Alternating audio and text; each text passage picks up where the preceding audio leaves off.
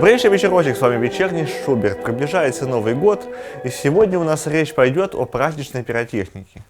Я, так сказать, всю жизнь связан так или иначе с пиротехникой, и делал много раз ее для кино, для всевозможных видеопроектов, но все это пришло из детства, поэтому сегодня мы с вами вспомним, какая была пиротехника в нашем детстве, юности, поностальгируем немного перед Новым годом и сравним, что же есть сейчас, как все изменилось.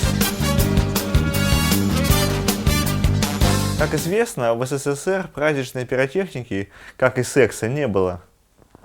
Да, были вот бенгальские огни, хлопушки, вот такие милые пиротехнические изделия продавались в магазинах, и, наверное, больше ничего советский человек купить не мог. Вот иногда, когда праздновали Новый год или какие-то праздники, вот стреляли из ракетниц еще, то есть стреляли из ракетниц, сигнальных пистолетов.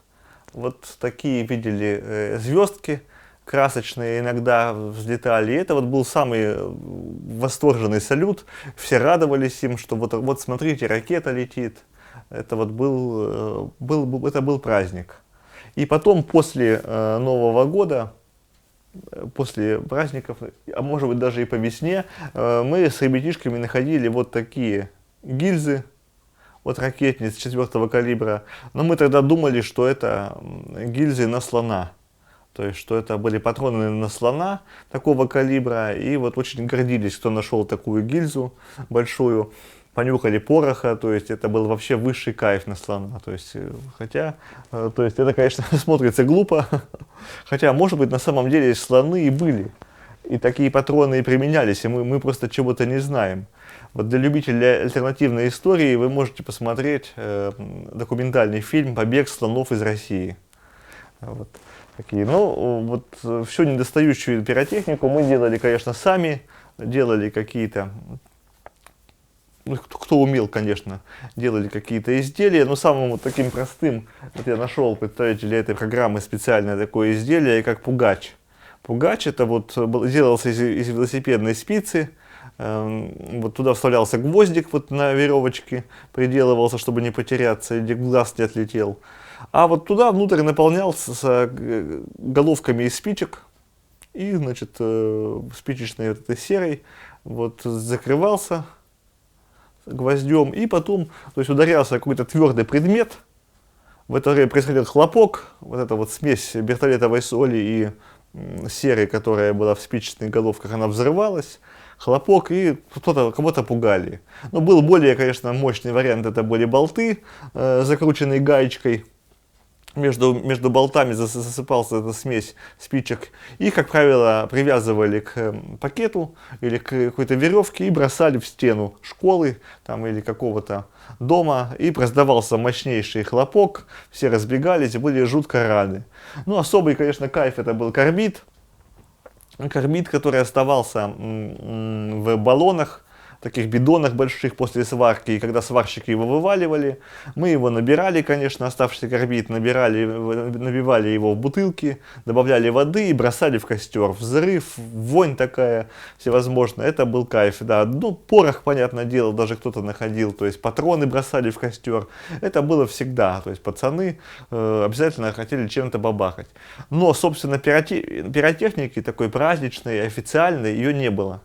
То есть, да, там доставали ракетницы какие-то взрослые, могли там, значит, пульнуть, или там какие-то сигнальные фальшфейеры, там, если у кого-то, кто-то мог с работы, со службы, какие-то родители военные, да, привезти там, или моряки, или кто-то еще. Но вот именно в продаже ничего не было. И вот именно пиротехника праздничная пришла к нам из Китая, и появилась это в 90-е годы. 90-е годы это вообще было такое интересное время. Вот для меня лично, например, 90-е годы это время всего нового, когда после такого вакуума, когда не было ничего, вдруг постепенно стало появляться все, и очень все новое, интересное. То есть такие вещи, как, например, Сначала появились видеомагнитофоны с кассетами, это было чудо просмотрено, даже подключив старому телевизору «Изумруд», видеомагнитофон, электроника, это было ничего себе. А потом и японская всевозможная техника, полароид, это было совершенно невероятное чудо, когда нажал, и мгновенно фотография выезжает, там несколько минут она проявляется. Потом Денди, понимаете, и так далее. То есть, конечно, вот где-то, возможно, в Москве или за границей, тем более, все это уже 80-е там, или даже раньше годы было, но вот до нас, до сибирской глубинки, это все доходило, наверное, где-то до 90-х, до конца 90-х годов все это появилось. Лазерные диски, компьютеры с компьютерными программами и играми, то есть и вообще все это постепенно, вот это все новшества, и каждый год буквально появлялось что-то новое. И для нас, как для молодого поколения, это было очень интересно, то есть ничего себе, ничего не было, там фотоаппараты смена, грубо говоря, и вдруг, то есть до персонального компьютера, до цифровой какой-то техники, то есть это все буквально вот за эти 10 лет, за 90-е годы, то есть такой скачок. Вот. И появлялись там какие-то лазерные указки, это же вообще фантастика была, то есть практически гиперболоид инженера Гарина, да, в кармане. Еще какие-то вещи, то есть это все было потрясающе. И вот поэтому было интересно жить, что каждый раз была какая-то новинка. Сейчас, наверное, то есть уже ничем не удивишь. Вот. А тогда появление пиротехники, то есть на базаре, когда появились эти бомбочки, как мы называли это бомбочками, да, слово даже петард в принципе не употреблялось. Вот. Появились бомбочки или какая-то пиротехника, и стали видеть салюты во дворах. Это вот вообще было, конечно, удивительно. Хотелось ее попробовать, все это схватить, так же как Марсы, Сникерсы, которые появлялись, какие-то жвачки. То есть все это нужно было попробовать, и это все буквально быстро-быстро менялось. Вот даже сейчас я нашел вкладыши от жвачки Турбо, например, Бомби-Бом и других, то есть, которые появлялись, и мы их коллекционировали. Вот сейчас я посмотрел, то есть, как это быстро эти 90-е годы прошумели и прошли. Да, но вот это была и пиротехника, конечно, которая появилась, это было новое слово для нас, и было воспринято очень здорово. Вот, и поэтому, то есть пацан мог пойти совершенно практически легально на базар, там, или какой-то киоск, купить пиротехнику, взорвать ее, то есть получить от этого кайф. И, конечно же, любые деньги, которые у нас возникали, мы тратили на пиротехнику. То есть это все покупали, эти бомбочки, то есть, и это было чудо. И, конечно, это было проявление пиротехники. Наверное, я не знаю, что сейчас могло бы такое возникнуть, что, наверное, легализация и свободная продажа короткоствола. Вот, наверное, так было бы воспринято, как легализация и продажа пиротехники. То есть все кинулись ее приобретать, но вот это было, конечно, бомба. В прямом переносном смысле в те годы. Но вот когда я впервые в жизни познакомился с пиротехникой, это я вам даже могу назвать точно, это был 93-й год, когда я вот был пацаном, и я был на новогодней елке в Новосибирске, я вот даже нашел кинохронику того праздника. Вот вы можете посмотреть, как праздновали 93-й год. Снимал Новосибирск телефильм тогда. Ну, меня здесь нет, конечно, я был в вечернее время, когда киношники не снимали. И вот тогда, собственно, то есть меня напугали пиротехникой хулиганы. И я с тех пор был очень шокирован этим. То есть никогда я раньше не встречался с подобными вещами. То есть я скатился с горки, и в это время кинули связку петард очень мощных, которые оглушили, взорвались, откуда их кинули, откуда-то сверху хулиганы. И я был просто шокирован. Конечно, для меня была сначала эта травма, но потом я решил ее преодолеть, как бы и сам стать пиротехником, и изучить это все, освоить и так далее. Вот эта горка, где стоит вот Дед Мороз, за ним буквально, вот там прозвучал этот для меня судьбоносный взрыв вот тогда на этом празднике. И я с тех пор вовлекся в это дело, то есть захотелось купить сначала пиротехнику, потом научиться делать ее самому. И вот, например, вот у нас она продавалась на базаре на переходном мосту, где были такие торговцы пиротехникой Света с Вовой. Простые ребята из деревни приехали, и у них на лотке вот продавалась вот эта пиротехника. Причем постоянно какая-то новая появлялась. Хотелось так же, как Марс и Сникерсы новые, так и новая какая-то китайская пиротехника, совершенно паленая, какая-то нелицензионная. Вот, и она была каждый раз интересно попробовать, что же это, как же это взорвется. То есть. И мы, конечно, последние деньги, которые зарабатывали, несли на пиротехнику. Вот еще вот 90-е годы это было время предвыборной агитации, то есть для меня лично, то есть потому что мы, как пацаны, разносили эти листовки агитации, это и выборы Ельцина сначала, потом выборы депутатов всевозможных, то есть местных мэров, всевозможная вот эта борьба была, и это было интересно, то есть подработать небольшие деньги на Новый год для покупки той же бомбочки. Бомбочка стоила, как я помню, сейчас 100 рублей одна штука. Вот 100 рублей это было тогда. Ну, сейчас, наверное, это 10 рублей, наверное, 10 рублей или рубль, что-то такое, то есть небольшие деньги, но и то их не хватало. Одна вот такая бомбочка, я, кстати, нашел бомбочки, нашел их, вот именно та пиротехника, которая была в те 90-е годы. Это вот такие маленькие петарды, они были собраны в ленты петард по 100 бомбочек. То есть, когда ее поджигаешь, она начинала стрелять, а петарды разлетались. И это было вообще потрясающее зрелище. Вот у меня вот на этом стенде, вот, который был в те годы, я делал для школы, посвященной пиротехнике новогодней, вот эта лента там вот есть сбоку. Вот, к сожалению, плакат не сохранился, но несколько бомбочек я все-таки вытащил, то есть на память сохранил. Вот они, такие вот были. Они были с фитильком, фитилек мгновенно загорался, и буквально не успеешь отбежать, она взрывалась. Но счастья было очень много в те годы ребенку, конечно, от такого. В принципе, они относительно безопасные, но были и опасные вещи, как двойной удар, например. Это самая была страшная вещь, которую поджигаешь.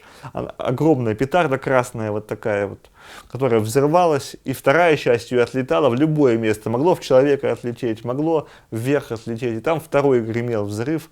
Спасения от него не было никакого. Потом запретили, конечно же, это все. Но это было вот, этот экстрим, наверное, вот этот кайф, ради которого вот мы, собственно, взрывали петарды в детстве. Ну и сейчас, в принципе, пиротехника, она почему вдохновляет, что этот огонь, необузданная какая-то страсть, понимаете, это было здорово.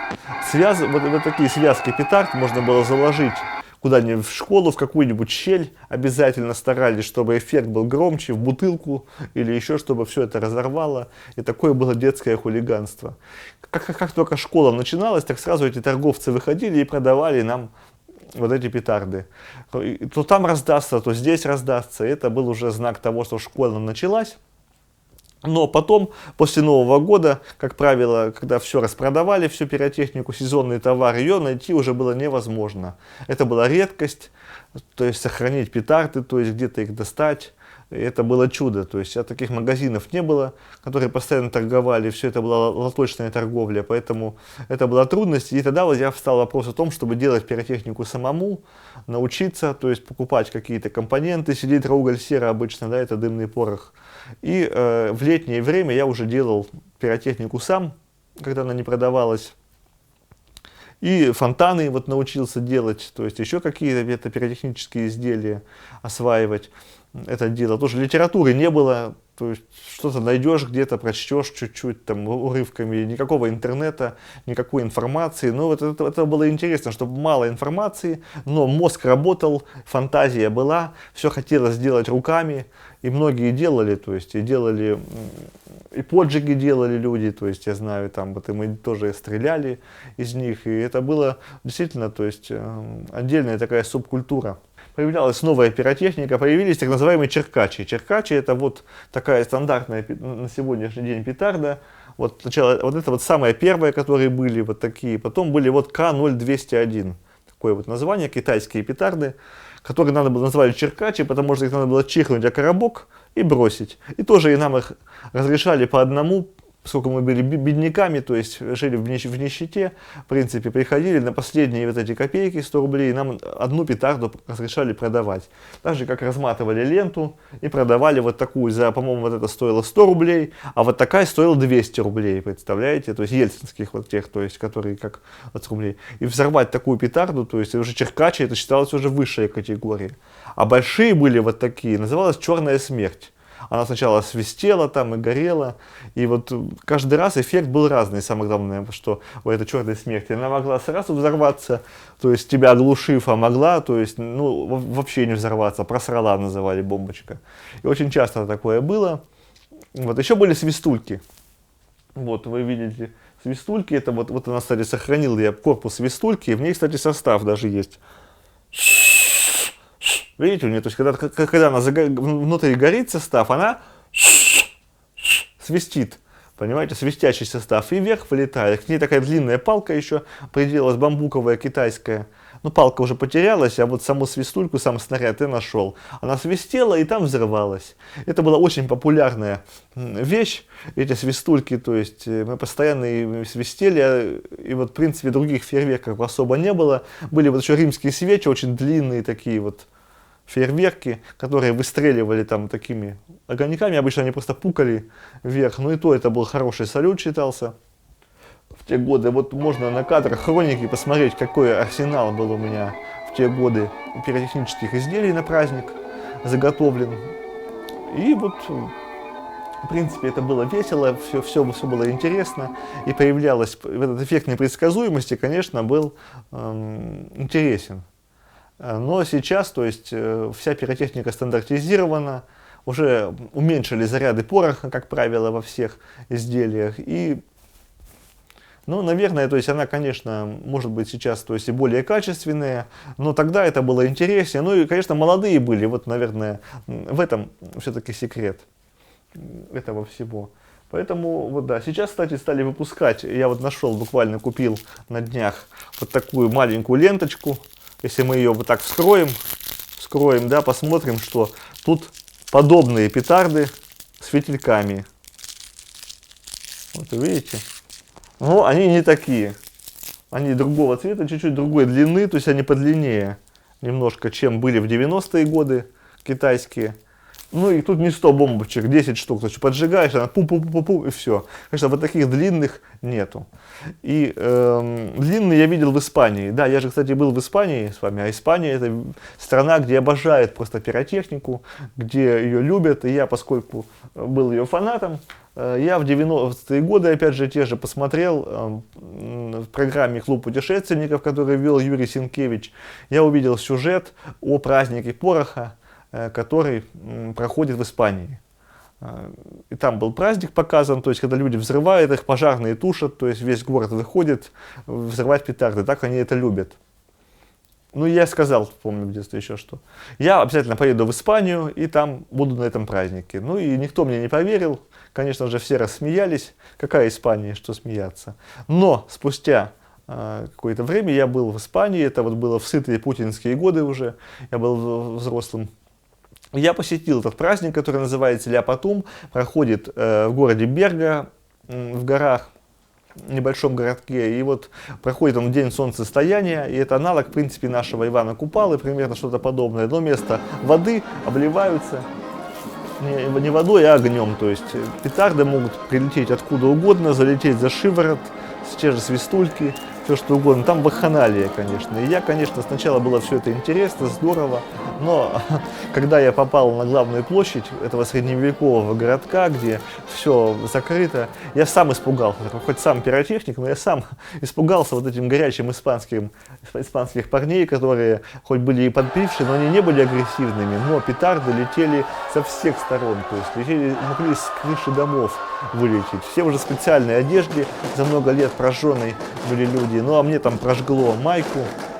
И я думал, как бы вообще выйти из этого ада, потому что пиротехника там очень мощная, то есть там у них такие петарды, то есть дети взрывают, да, вот такие большие, которые у нас уже ФСБ забирают, как взрывное устройство. То есть там они совершенно спокойно, очень мощные взрывпакеты, вот эти ракетницы, все там летит во все стороны.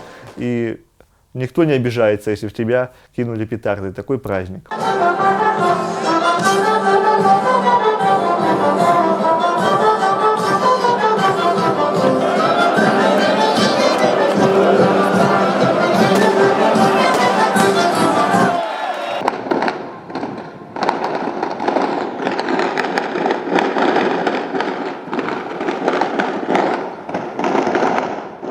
И, конечно, здесь у нас не понимают, обычно взорвешь, кричат хулиганы, милиция там, и так далее. Это у нас не любят, все запрещают, и с каждым годом уже пиротехникой заниматься в нашей стране становится все сложнее. Хотя, с другой стороны, появился доступ к любым веществам, материалам, которые можно заказать на тех же Пирохобби, на различных сайтах, Росхима и так далее. То есть любые химикаты по любому рецепту можно приобрести, составить пиротехнические смеси, сделать любые салюты. Есть кругом рецепты всевозможные, сайты пиротехнические, то есть книги продаются. Пожалуйста, да. Но, как вы видите, тогда было интересно, потому что было мало, был знаний недостаток. Сейчас переизбыток, да, сейчас как бы все везде есть, да, а счастья нет. Понимаете, вот в чем проблема. И вот сейчас, даже на Новый год, что будем взрывать? То есть, как-то, в принципе, в этом году и праздников-то не было. То есть, все было отменено, и не хотелось никакую пиротехнику делать. Я, в принципе, ничего не делал. Ну вот, наверное, вот приобрету там пару салютов каких-нибудь, если деньги будут. Конечно, вот был хороший салют, назывался «Зимний праздник», мы его, правда, на летнем празднике, на Дне кино взрывали. Он чем хорош, что все-таки недорогой, в нем 18, по-моему, залпов, и при этом еще калибр у него дюймовый. А дюймовый калибр, чем хорош, он все-таки более-менее мощный, то есть салюты такие обширные, то есть зависит от калибра, и при этом как бы не очень дорогой, как двухдюймовый, допустим, да. И самое удобное, что эти салюты разбираются, и можно снаряжать ими патроны для ракетниц. Патроны для ракетниц, которые, так сказать, вместо пустые гильзы заряжать салюты, вот, салютные заряды, использовать их же порох и так далее. Правда, капсюли запретили. Вот в этом году для меня был шок, что капсюли теперь нужно приобретать по лицензии на охотничье оружие. Хотя всегда эти капсюли даже для шумовых стартовых пистолетов продавались без всяких ограничений. Так же, как, например, электровоспламенители. Всегда продавались свободно, сейчас их изъяли из оборота, там запрещают, там где-то как-то, то есть, ну, все-таки продают, но с большим трудом. Вот, например, потому что как запускать салюты без электрического воспламенения, покажу вам свой наборчик. Наборчики, которые на eBay приобретаются, пока они еще есть. То есть можно 12 залпов запускать с помощью пульта. И то есть 12 каналов, то есть разные салюты можно подключать, подцеплять электровоспламенители вот такие вот к фитилям этих салютов. И, так сказать, и самодельную пиротехнику. Ну, так сказать, пока что мы сегодня говорим больше о покупных фабричных изделиях. То есть вот такие изделия есть. Firing System называется, да, на Алиэкспрессе можно купить и запускать. Единственное, что воспламенители постоянно запрещают, все это делают, но я считаю, что это неправильно, потому что вот намного удобнее запустить салют, тот же там любое изделие, даже заводское, да, я не говорю уже о каких-то самодельных петардах, то есть это лучше запускать дистанционно, подключив электровоспламенитель, и с расстояния наслаждаться этим, а не поджигать, не наклоняться над пиротехническими изделиями и так далее. Но, видите, их запрещает, потому что, видимо, власть боится, что ее взорвут дистанционного управления. Хотя я не понимаю, так сказать, это по сути бред, потому что использовать... Не думаю, что какие-то диверсанты будут использовать вот такие китайские какие-то изделия с радиусом там 10-15 метров дальности весьма сомнительно. Потому что так же, как использовать капсули, например, или которые совершенно, в принципе, общественно безопасны. Да даже как и охотничье ружье, я не видел, чтобы террористы какие-то и так далее их использовали, потому что и у диверсантов, и у террористов есть современное профессиональное оружие, технические средства и настоящая взрывчатка. Они не будут из петард или чего-то подобного делать свои акции. Поэтому в этих запретах я не вижу никакой рациональности, а пиротехникам, так сказать, любителям и так далее, это только наносит ущерб. Вот, поэтому, мне кажется, скоро говорили, что и запретят сигнал охотника, даже вот такую простую штуку. И мне кажется, даже уже на вот такие петарды скоро придется приобретать лицензию и проходить обучение в каких-то центрах. Поэтому ничего хорошего, я думаю, не ждет. Идет только закручивание гаек. Вот. Ну а нам пока остается жить, радоваться. Как говорится, хоть и 20-й год, ну, радовались его наступлению, а ничего хорошего он не принес. Ну, понимаете, думаю, надо продолжать праздновать все-таки, как говорится. Умеешь радоваться, радуйся. Не умеешь, так живи. Поэтому, как хотите, мы будем радоваться, наверное. И, наверное, в ближайшем выпуске мы даже взорвем одну вот из таких петард, там, или еще какие-то изделия вы посмотрите. То есть, и будем отмечать Новый год, радоваться, праздновать. Поэтому подписывайтесь на наш канал, ставьте лайки. Пока.